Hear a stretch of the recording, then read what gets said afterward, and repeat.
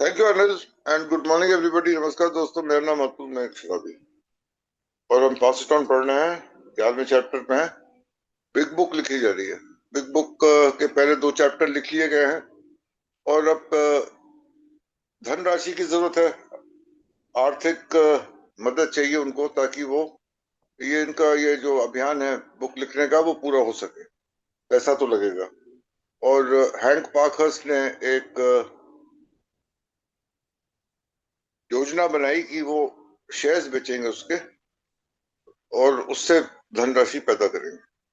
लेकिन शेयर्स बेचने के लिए उनको शेयर सर्टिफिकेट चाहिए थे, तो एक जुगाड़ू तरीके से स्टेशनरी दुकान से पर्चे खरीद के उन्होंने उसके ऊपर वर्क्स पब्लिशिंग टाइप कर दिया, नीचे अपना नाम लिख दिया, अपने आप को प्रेसिडेंट का ओहदा दे दिया और वो शेयर्स उस कागज पे बेचने लगे। अब इस चीज से बिल सहमत नहीं थे, लेकिन उन्होंने जब हैंक पार्कर से बोला तो हैंक पार्कर ने कहा हमारे पास इतना समय नहीं है कि हम सारे नियमों का पालन करें और एक स्ट्रक्चर्ड वे में चलें। उसके लिए हमारे पास समय नहीं है, तो जल्दी से पैसा चाहिए है, तो उसके लिए हमें जल्दी से ऐसे ही काम करना। अब मैं आगे पढ़ना शुरू कर रहा हूँ सेकंड पैराग्राफ ऑफ पेज 195 से कि Bill may have later regretted this early haste. ये जो जल्दबाजी करी, इस चीज का बाद में बिल को पश्चाताप हुआ। गलत काम किया ये। As ownership of the works publishing shares eventually became a sharply controversial issue. यानी कि शेयर्स हैं किसके पास, किसका क्या योगदान है, ये बाद में जाके आगे जाके एक बहुत विवादित विषय बन गया। कंट्रोवर्शियल इशू, शार्पली विवादित इशू वो होता है जिसके बाद होने से एक आपस में द्वेष पैदा होता है। ठीक से सफाई के साथ ये पता नहीं होता था किसका क्या योगदान। In retrospect accounts differ as to who was responsible for what. एक कंपनी होती है, उसका एक ढांचा होता है, एक उसका सीईओ होता है, एक सीएफओ होता है, एक सीओ होता है, एक सीटी होता है, चीफ टेक्निकल ऑफिसर होता है। हर एक की अपनी जिम्मेदारी होती है, अपना योगदान होता है उस कंपनी को बनाने में। और वर्क्स पब्लिशिंग कंपनी में ऐसा कुछ नहीं था, कुछ लिखित में नहीं था कि किसकी क्या जिम्मेदारी है, किसका क्या योगदान रहेगा, किसकी कितनी हिस्सेदारी रहेगी। इस बात को कोई कहीं पे ठीक प्रकार से लिखित में अपनाया नहीं गया था।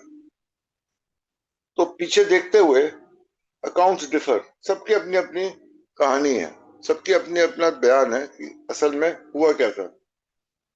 Hank's son said that it was Hank who got the book project rolling and that his father and Bill both expected to make millions of dollars from the project. Hang का जो बेटा था उसका बयान ये था कि हैंक पार्कर्स था जिसने इस किताब को प्रकाशित करने में पूर्ण रूप से योगदान दिया था। उसकी वजह से ये किताब प्रकाशित हुई थी, पब्लिश हुई थी।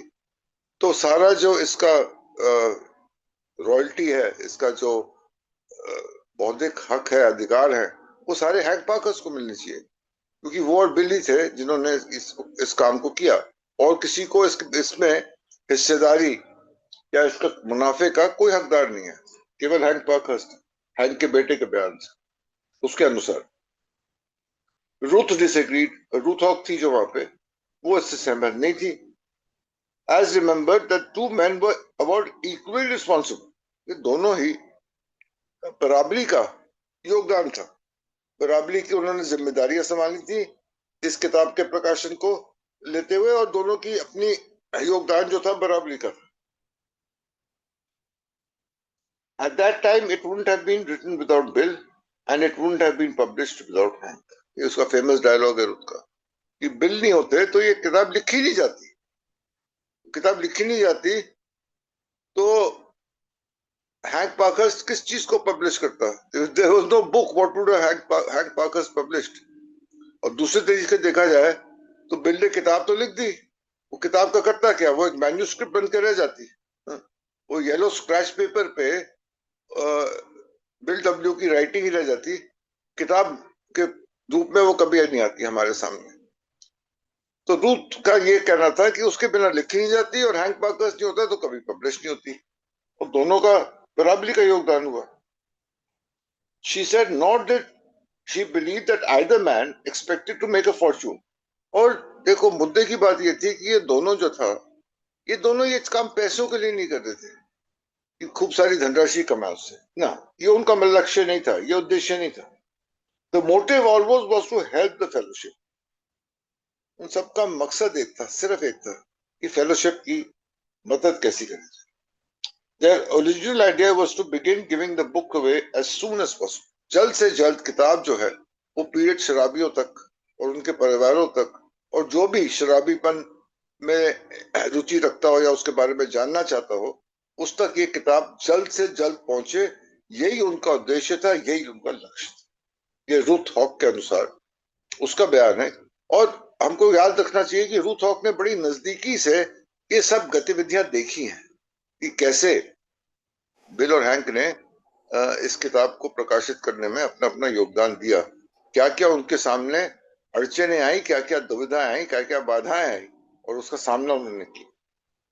Whatever the intentions, what happened next was totally unexpected by both Bill and Hank. None of the New York alcoholics would buy any of the 600 works publishing shares.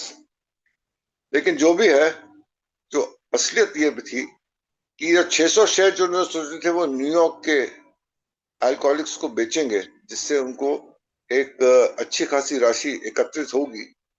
कोई भी न्यूयॉर्क का अल्कोहलिक इस किताब को खरीदने के लिए तैयार नहीं था, इसमें निवेश करने की, किताब नहीं निवेश करने, शेयर्स को खरीदने के लिए। वर्क्स पब्लिशिंग शेयर्स के उन्होंने 600 शेयर जो फ्लोट करे थे, उसमें से उन्होंने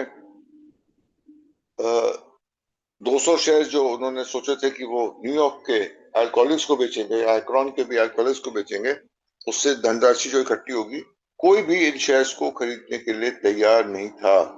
किसी का विश्वास नहीं था कि किताब लिखी जाएगी, प्रकाशित होगी, बिकेगी, और उनकी जो धनराशि होगी जो निवेश करेंगे उसमें उनको मुनाफा होगा। भाई, एक शराबीपन पे काम करना एक बात है, शराबियों के साथ उनकी मदद करना एक बात है, एक किताब में अपना हार्ड अर्न मनी, अपना पैसा निवेश करना कोई दूसरी बात है। उसके लिए कोई तैयार नहीं था, इसलिए वहां से कोई पैसा इकट्ठा नहीं हुआ। Bill and Hank approached the Reader's Digest. Would that publication consider doing a story about the fellowship and the book? अब उनका एक और उन्होंने रास्ता उठाया कि रीडर्स डाइजेस्ट, जो उस टाइम पे बहुत ही प्रसिद्ध, प्रख्यात और लोकप्रिय एक मैगजीन थी, आज भी हमें दिखती है मैगजीन, उसके तरफ वो लोग गए। अगर वो एक वहां पे एक अपना आर्टिकल वहां पे डालें रीडर्स डाइजेस्ट में, जो फेलोशिप के बारे में बात करे और बिग बुक के बारे में बात करे, तो उससे जो है उसकी लोकप्रियता बढ़ सकती है और लोग उसके ऊपर आकर्षित हो सकते हैं इस किताब की, तो उनकी जान पहचान हो सकती है उन किताब से, और उस बलबूते पे, उस बुनियाद पे लोग इसके शेयर्स खरीद के और उसमें निवेश कर सकते हैं, इस उम्मीद के साथ कि रीडर्स डाइजेस्ट में अगर आर्टिकल छपा है तो बुक के बारे में लोगों की दिलचस्पी बढ़ेगी और लोग इस किताब को खरीदेंगे। With the same luck that had been riding with them as Harper, they obtained the Digest's editor with what they heard as a promise of a story. और जैसे हापर के पास गए थे और हापर ने कहा था हाँ मैं किताब छापूंगा, 1500 रुपए रॉयल्टी देने को भी तैयार था यूजीन एक्समैन, उसी वही उनको यहाँ पे प्रतिक्रिया मिली रीडर्स डाइजेस्ट के एडिटर से। उसने भी कहा था हाँ ठीक है, मैं प्रॉमिस करता हूं कि मैं इस पे एक कहानी लिखूंगा अपने रीडर्स डाइजेस्ट में जब ये किताब प्रकाशित होने लगी। When the book was completed in the spring, जब कंप्लीट हो जाएगी, जब पूरी किताब लिख लोगे, तो हाँ मैं जरूर रीडर्स डाइजेस्ट में इसके बारे में एक आर्टिकल डालूंगा, ये उसने वादा किया। It didn't work out that way, however. मैं एक कमजोरी नहीं पड़ा था, लेकिन आखिरकार ऐसा हुआ नहीं। जब किताब लिखी गई और वो रीडर्स डाइजेस्ट के पास गया है कि हाँ किताब तैयार है, इसके बारे में अब आप एक आर्टिकल लिखें, तो यही जो एडिटर था जिसने वादा किया था, वो भूल ही गया था इन लोगों के बारे में कि कभी उनसे मिला था, उसने कौन सा वादा किया था, क्या बात हुई थी, वो पूरी तरह से इस बात को भूल गया था। ना वो बीच में गए इनके पास इस बात की पुष्टि करने के लिए, और ना वो आया ये बताने के लिए कि नहीं मैंने अपने लोगों से बात करी और वो इसके लिए सहमत नहीं है। It didn't work out that way. When they returned the following year with the newly published book, the Digest editor had all but forgotten them. भूल ही गया था वो। But in the meantime, on the strength of the digest promise, other members and friends of the fellowship were persuaded to invest. लेकिन इस बुनियाद पे, इस बलबूते पे, इस आश्वासन से कि रीडर डाइजेस्ट में आर्टिकल छपने वाला है और उससे किताब की बिक्री अवश्य होगी, इस सहमति के साथ, इस आश्वासन के साथ लोगों ने शेयर्स तो खरीदने शुरू कर दिए थे, थोड़ी सी धनराशि वहां से इकट्ठी हो रही थी. Bill and hand soon sold 200 shares for $5,000. $5,000 में 2,200 शेयर, यानी कि 25 रुपए का एक शेयर, जो उन्होंने प्राइस बार वैल्यू रखी थी शेयर की, वो शेयर उनके बिक गए थे, उससे $5,000 मिल गए थे. Charles town lent them 2,500. Charles town से उन्होंने $2,500 का लोन लिया, ऋण लिया, इकट्ठे हो गए $7,500. That was enough to support the work during the writing process, although it would not cover printing costs. जो किताब की लिखाई में खर्चा हो रहा था बिल का, और जो उसका जो पूरा जो लिखाई का खर्चा होता है, वो तो इससे पूर्ण हो रहा था. किताब लिखनी, उसकी कॉपियां बनानी, लोगों में वितरण करना, ये भी खर्चे थे. तो ये जो खर्चे थे, ये पूरे हो रहे थे इस धनराशि से. लेकिन जहां तक उसको पब्लिश करने का बात था, प्रिंटिंग थी किताब की, उसके लिए पैसे अभी भी कम पड़ रहे थे. Bill continued to work up basic ideas on yellow scratch paper and then dictate rough drafts of the chapters to Ruth. He had no real outline but followed only a list of possible chapter headings. He would then send copies of the chapters out to Akron, to Dr. Bob for checking and criticism, and would himself review the same material with the New York members. अब bill W किताब की लिखाई में पूरे रूप से जुट गए थे और अपना येलो स्क्रैच पेपर पे लिखते थे. सिर्फ उनके पास एक रूपरेखा थी, एग्जैक्टली प्रिसाइसली उनके पास प्रोग्राम नहीं था कि कैसे लिखेंगे, क्या क्या चैप्टर्स होंगे, चैप्टर्स के नाम क्या होंगे, एक एक चैप्टर में क्या होगा. लेकिन वो लिख रहे थे, और जैसे जैसे वो लिख रहे थे, वो साथ में एक्रोन और न्यूयॉर्क दोनों ही तरफ के मेंबर्स की सहमति भी साथ साथ ले रहे थे. न्यूयॉर्क की वो खुद कर रहे थे, और जो जहां तक एक्रोन की बात थी, वो डॉक्टर बॉब को अपनी लिखाई भेज रहे थे, और डॉक्टर बॉब वहां पे एक्रोन के मेंबर्स को वो दिखा रहे थे. तो किताब की जो लिखाई का जो प्रक्रिया थी, वो पूरे रूप से चल रही थी. While Bill received nothing but the warmest support from Akron, he got what we called a real mauling from the New York members. अब एक्रोन से तो उनको पूर्ण सहमति प्राप्त हो रही थी जो वो लिख रहे थे उसकी, लेकिन जहां तक न्यूयॉर्क का सवाल था, तो लिखता है कि they got a real Mouling from the New York members. यानी कि न्यूयॉर्क मेंबर्स से उनको, मॉलिंग का मतलब होता है आक्रमण हुआ, या उनकी खिंचाई हुई, या उनकी मार पिटाई हुई किसी की, तो उसको मॉलिंग बोलते हैं. तो न्यूयॉर्क मेंबर्स से उनको सहमति तो प्राप्त हुई नहीं जो उन्होंने लिखा था उसकी, साथ में उनको उसको लेके काफी विवाद हुए, उन्होंने आक्रमण किया, बिल्कुल सहमत नहीं थे, और इस बात को लेके काफी वाद विवाद के विषय बने जहां तक न्यूयॉर्क के मेंबर्स थे. Possibly the Akron members were strongly attuned to Bill's spiritual ideas. अब देखो, आध्यात्मिकता जो थी इस किताब में, बिग बुक में, आध्यात्मिकता के बारे में काफी विचारधाराएं हैं, काफी बातें हैं. अगर हम जब हम बिग बुक को पढ़ते हैं, हमें ये चीजें साफ दिखाई देती हैं. तो ये जो आध्यात्मिकता को लेके बातें थी, एक्रोन के मेंबर्स को इसमें कोई आपत्ति नहीं आई थी. लेकिन न्यूयॉर्क के मेंबर्स का जहां तक सवाल था, कंटेन मेंबर्स हुआ आइदर एग्नोस्टिक और स्केप्टिकल. यहाँ पे आस्तिक, नास्तिक भी थे, एथियस्ट भी थे, एग्नोस्टिक्स भी थे, और बड़े स्केप्टिकल लोग थे, यानी कि शक व शुबा करने वाले. हर बात को लेके वो टिप्पणी करते थे, सहमत नहीं थे किसी भी चीज के, खास तौर से वहां जहां ईश्वर की या आध्यात्मिक की बातें हो रही थी. तो यहाँ पे आके न्यूयॉर्क के मेंबर्स के साथ किताब की लिखाई के समय काफी टकराव हुआ बिल का मेंबरों के साथ.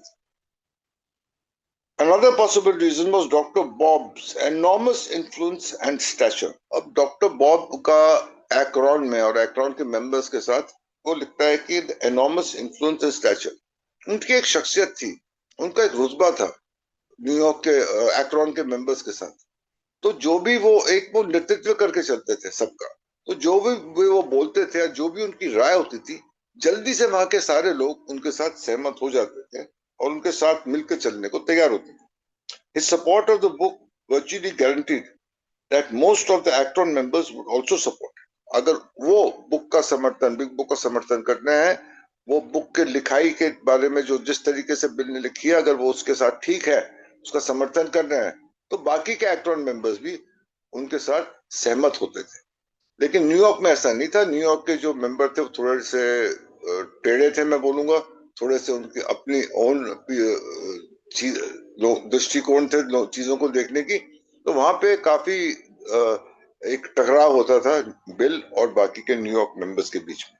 तो ये कुछ दुविधाएं थी जो आ रही थी सामने बिल के, जब वो बिग बुक की को लिख रहे थे। After the third and fourth chapters, more about alcoholism and be agnostics, were completed, Bill came to a place that had been a barrier in his own mind and had given him considerable worry. He had to set down the actual program for the alcoholic to follow, and he wanted to make it as powerful as possible. अब उन्होंने bill story लिख ली, that is the solution लिख लिया। ये तो पहले लिख के आया था, इसकी कॉपियां बना के बांट भी गई थी लोगों की सहमति के लिए, लोगों की प्रतिक्रिया जानने के लिए। उसके बाद मोर अबाउट अल्कोहलिज्म भी लिख दिया बिल डब्ल्यू ने, और एग्नोस्टिक चैप्टर भी लिख दिया। अब ये 4 चैप्टर के बाद जब 5वां चैप्टर लिखना था, वो था हाउ इट वर्क्स। और ये था असल में कार्यक्रम, एक्चुअली द प्रोग्राम, कि करना क्या है एक शराबी को। उसको शराबीपन के बारे में बता दिया बिल डब्ल्यू ने, अपनी स्टोरी के जरिए अपना एक्सपीरियंस बता दिया।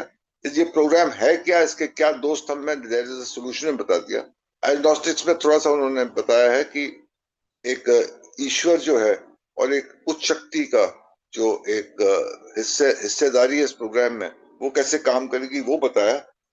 अब प्रोग्राम है क्या, एक्चुअली करना क्या है, हाउ इट वर्क्स, चैप्टर 5। इस बात को लेकर बिल डब्ल्यू का काफी असमंजस था। ये एक बहुत बड़ी चुनौती थी बिल के लिए कि वो कैसे इस चैप्टर को लिखना शुरू करेंगे, क्योंकि उनको ये जरूरी था कि ये जो चैप्टर था ये ज्यादा से ज्यादा इस चैप्टर में इट शुड बी पावरफुल, शक्तिशाली चैप्टर, ताकि किसी भी प्रकार से एक शराबी जो जिसकी आदत होती है पतली गली से खिसक जाने की, वो ना कर पाए वो, और इस प्रोग्राम का पूर्ण रूप से ठोस तरीके से इसका पालन करे, तभी जाके उसको फायदा हो सकता है। तो बहुत बड़ी चुनौती थी कि इस चैप्टर को सही ढंग से और बिना किसी लूप होल के, वो बिना किसी ऐसी जगह छोड़ के जहां से शराबी खिसक सके, लिखना जरूरी था। इस चैप्टर को बहुत बड़ी चुनौती थी बिल डब्ल्यू के लिए, और इससे लेके वो काफी असमंजस में थे, और काफी वो इस बात को लेके उनको एक संकट दिखाई दे रहा था कि चैप्टर कैसे लिखा जाए। कैसे इस चैप्टर पे लिखना शुरू करते हैं, कि आगे क्या होता है हम इसके बारे में कल पढ़ेंगे, यानी कि पेज 196 के लास्ट पैराग्राफ में आएंगे हम कल से। तब तक के लिए that's it, thank you very much Anil, and back to you. Thank you. आइए राजेश जी, इतिहास के पन्नों में ले चलिए हमारे को। जी धन्यवाद, नमस्कार, मेरा नाम ब्रजेश अक्षराजी हूँ। Thank you Anil ji, service के लिए धन्यवाद। हार्पर वाले के यहाँ गए, और थैंक यू अतुल जी, धन्यवाद, वंडरफुली आपने रीडिंग करी, और कई बार मतलब कई बार इसमें अलग अलग बुक पढ़ी हैं, जैसे एज विल सी जेट में भी इन घटनाओं के जिक्र पढ़े हैं हमने, ये कम्स ऑफ एज में भी पढ़े हैं, और भी जैसे बिग बुक पढ़ी है, कम से कम 2 सर्कल इसमें बिग बुक के हुए हैं आप लोगों के साथ। तो कई बार आप लोगों के द्वारा ये घटनाएं हमने बार बार जो है वो पढ़ी है, लेकिन जितनी बार पढ़ते हैं उतनी बार नए फ्रेश तरीके से आती हैं ये चीजें। भाई हार्पर वाले ने मना करा, हैंक्स भी उठा और उसने वो मतलब बिल को सहमत करना बहुत ज्यादा जरूरी था, और सहमत भी हो गया। थोड़ी सी आनाकानी के बाद बिल सहमत हो गया, और सहमत होने के बाद वो बिना ट्रस्टियों के अप्रूवल के और भाई साहब वो बना दिया। अच्छा, एक चीज और कर ली इन्होंने, वो कॉर्नवेल प्रेस वाले से मिस्टर ब्लैकवेल को से वो आइडिया सा ले दिया कि यार कितने में किताब छपती है, बाकी चीजें और चीजें लगी उन्हें। और फिर उसने वो 600 शेयर निकाले, और अब $25 शेयर की वैल्यू, और 3 हिस्सों में बांट दिए, 200 मेरे, 200 तेरे, और 200 पूरी फेलोशिप की। अब बिक तो एक भी नहीं रहा है, करते जो मर्जी रहो। वर्क पब्लिशिंग बन गई, कंपनी बना दी, वो स्टेशनरी हाउस पे गया, ना कोई रजिस्ट्रेशन ना कोई कुछ, कर तो सब कुछ रहा है, लेकिन वो है, अच्छा नीचे भी प्रेसिडेंट खुद को फिर पूछा भी नहीं किसी से, लेकिन अलग अलग लोगों की अलग अलग राय है। आज भी आप क्लीवलैंड के लोगों से पूछो कि फाउंडर कौन है, मतलब ही नहीं है कि वो बिल या बॉब का नाम ले दे। और उनके पास बकायदा ओरिजिनल है के लिखे हुए मैन्युस्क्रिप्ट हैं भाई साहब, खासकर हाउ इट वर्क्स और इनटू एक्शन को लेके या बाकी चीजों को लेके। वो नहीं मानते हैं इस बात को। अच्छा वो प्रूफ भी देते हैं, बकायदा प्रूफ देते हैं जी, वो किताब का पूरा प्रूफ देते हैं कि ये देखो जी ये ओरिजिनल, वो सारे की सारी जो ओरिजिनल कागज थे या बाकी चीजें थी। हैंक भी पैरेलल काम कर रहा था जी किताब के ऊपर। पर चलो ये तो कंट्रोवर्शियल इशू है। लेकिन दो बातों का यहाँ पर जिक्र करा कि, अच्छा एक चीज और है यहाँ पर कि हैंक का बेटा बोल रहा है कि इन दोनों का प्रोजेक्ट एक ही था कि भाई साहब किसी भी तरीके से वो लाखों डॉलर जो है वो छापे जाए। लेकिन रुथ जो वो डिसएग्री कर रही है। अब बिल और लुइस कुछ टाइम के लिए हैंक पी के घर पर ही रहे हैं, हैंक के बच्चों के साथ ही। मतलब वो घर चला गया तो कुछ टाइम के लिए, क्या काफी टाइम के लिए। तो मेरे को लग रहा है ये वो वाला पीरियड ही चल रहा है शायद। लेकिन रुथ का वो जो अक्सर मैं स्टेटमेंट पढ़ता हूँ कि भाई अगर इन दोनों का बराबर कंट्रीब्यूशन है, एक नहीं होता तो लिखी नहीं जाती, दूसरा नहीं होता तो पब्लिश नहीं होती, सीधी की सीधी बात ही है कि दोनों का। और ध्येय क्या था, लक्ष्य क्या था कि जल्दी से जल्दी फेलोशिप के पास एक किताब पहुंचे। मेरे को बड़े प्यारा लगा ये सेंटेंस कि the motive always was to help of the fellowship, कि भैया ये फेलोशिप की जो है मदद करनी है। दो बेटे थे हैंक पी के। और अच्छा उस तरीके से चीजें तो चल रही हैं, लेकिन टेंशन कोई भी हो, चीजें जो वो इतनी आसान नहीं थी भाई साहब, इतनी इतनी आसान नहीं थी। वो रीडर डाइजेस्ट वाले का इंसिडेंट हो गया। अच्छा इनको ये चीजें भी इनको ना बोर्ड ने बताई थी कि मतलब खासकर फ्रैंक मोस, और खासकर यहाँ पर एक आदमी का और रोल मैं बोलूंगा, वो चार्ली बी टाउन का। टाउन ने कई लोग इनको रिकमेंड करे हैं, खासकर जो इनका पहला पब्लिश भी होगा ना alcoholic and gold liberty magazine में, वो भी उसका चार्ली बी टाउन का ही, मतलब हॉस्पिटल वाले जो टाउन हॉस्पिटल के जो मालिक थे, जिन्होंने अभी आज पढ़ा हम लोगों ने कि $2500 इनको उधार भी दे दिए थे। अब रीडर डाइजेस्ट के पास बिल और हैंक दोनों गए, और उनके वो जो थे मेन, मतलब प्रेसिडेंट मिस्टर कैनेथ पाइने थे, उनसे मिले।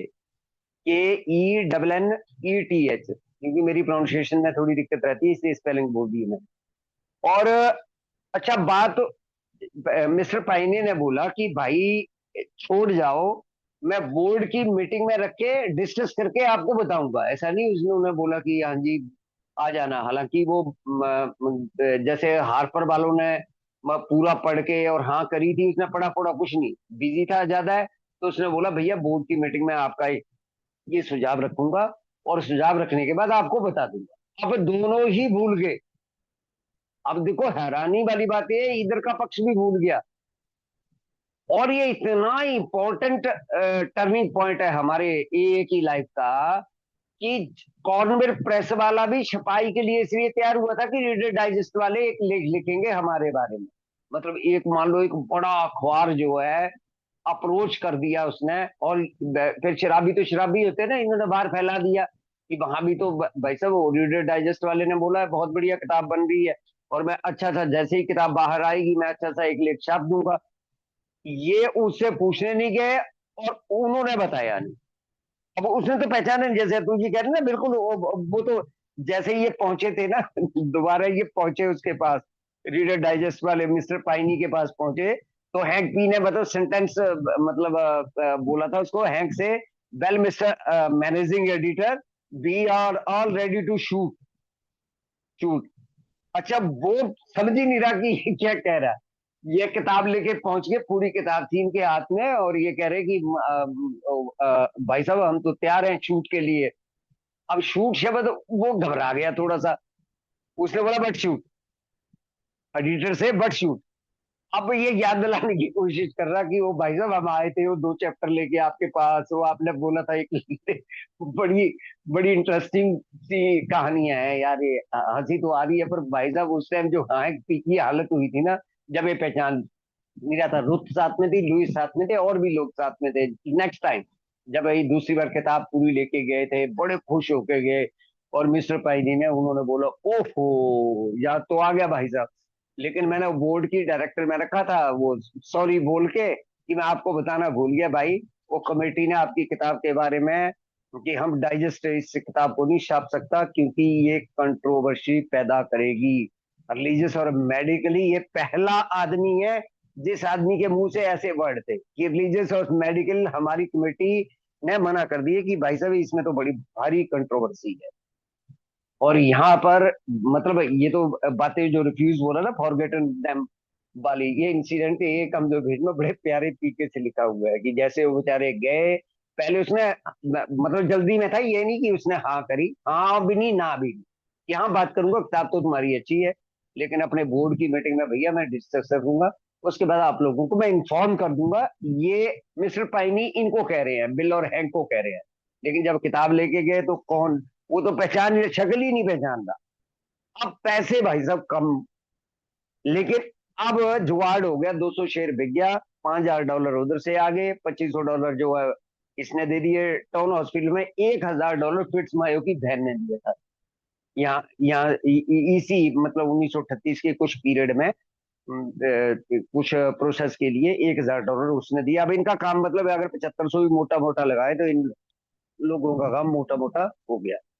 तो चैप्टर का देखते हैं कि कौन सा चैप्टर हम लोगों के पास कब आया।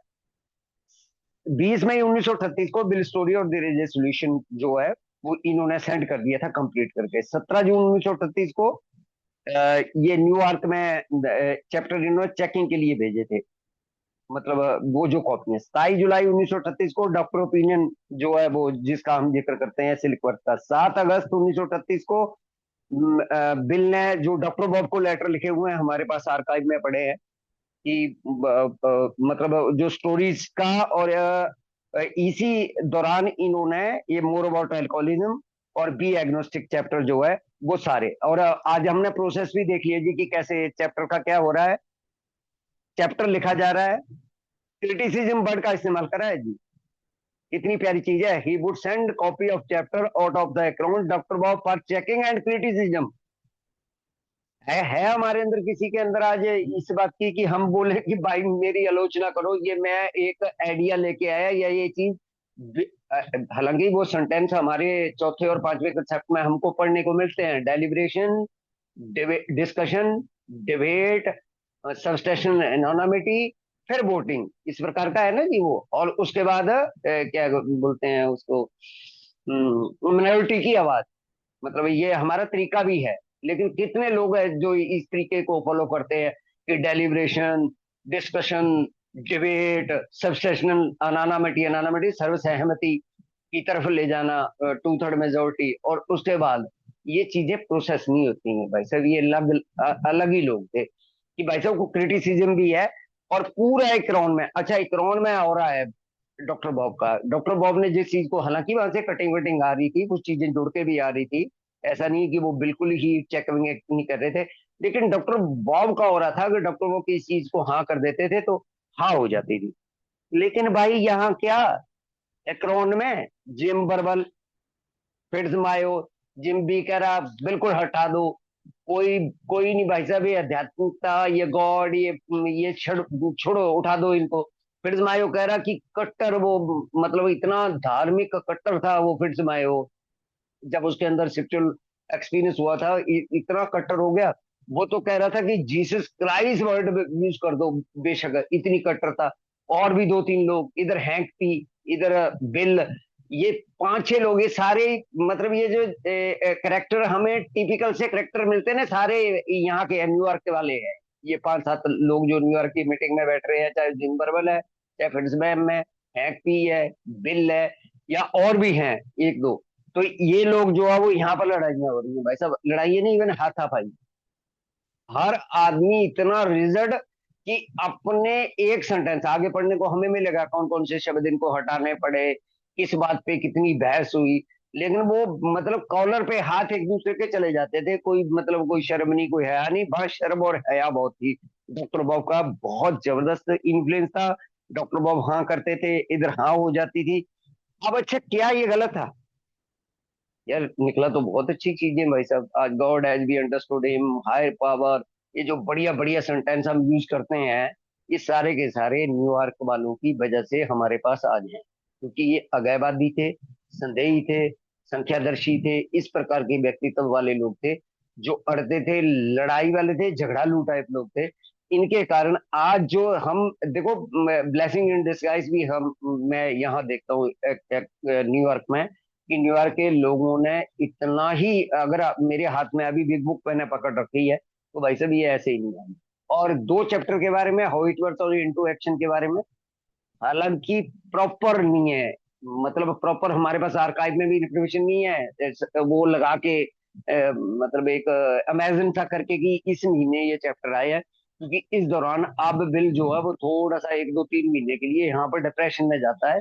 तो यहाँ पर कलम भी छोड़ी है बिल ने, तो हेड पी को फिर एक और जाता है, जो दोबारा कलम बिल के हाथ में 2 बार इस किताब को लिखते हुए भाई साहब बिल बिल्कुल डिप्रेशन में चले गए थे। उन्होंने बोला भाई साहब लिखूंगा नहीं, एक शब्द नहीं लिखूंगा। लेकिन हैंक पी ने मोटिवेट करके दोबारा फिर उनके हाथ में कलम देना, फिर उन पीले रफ पेपरों पे लिखना, और आज हमारे हाथ में इतनी सुंदर किताब का आना, ये बहुत ही वंडरफुल इंसिडेंट चल रहे हैं जी हमारे इतिहास के। धन्यवाद।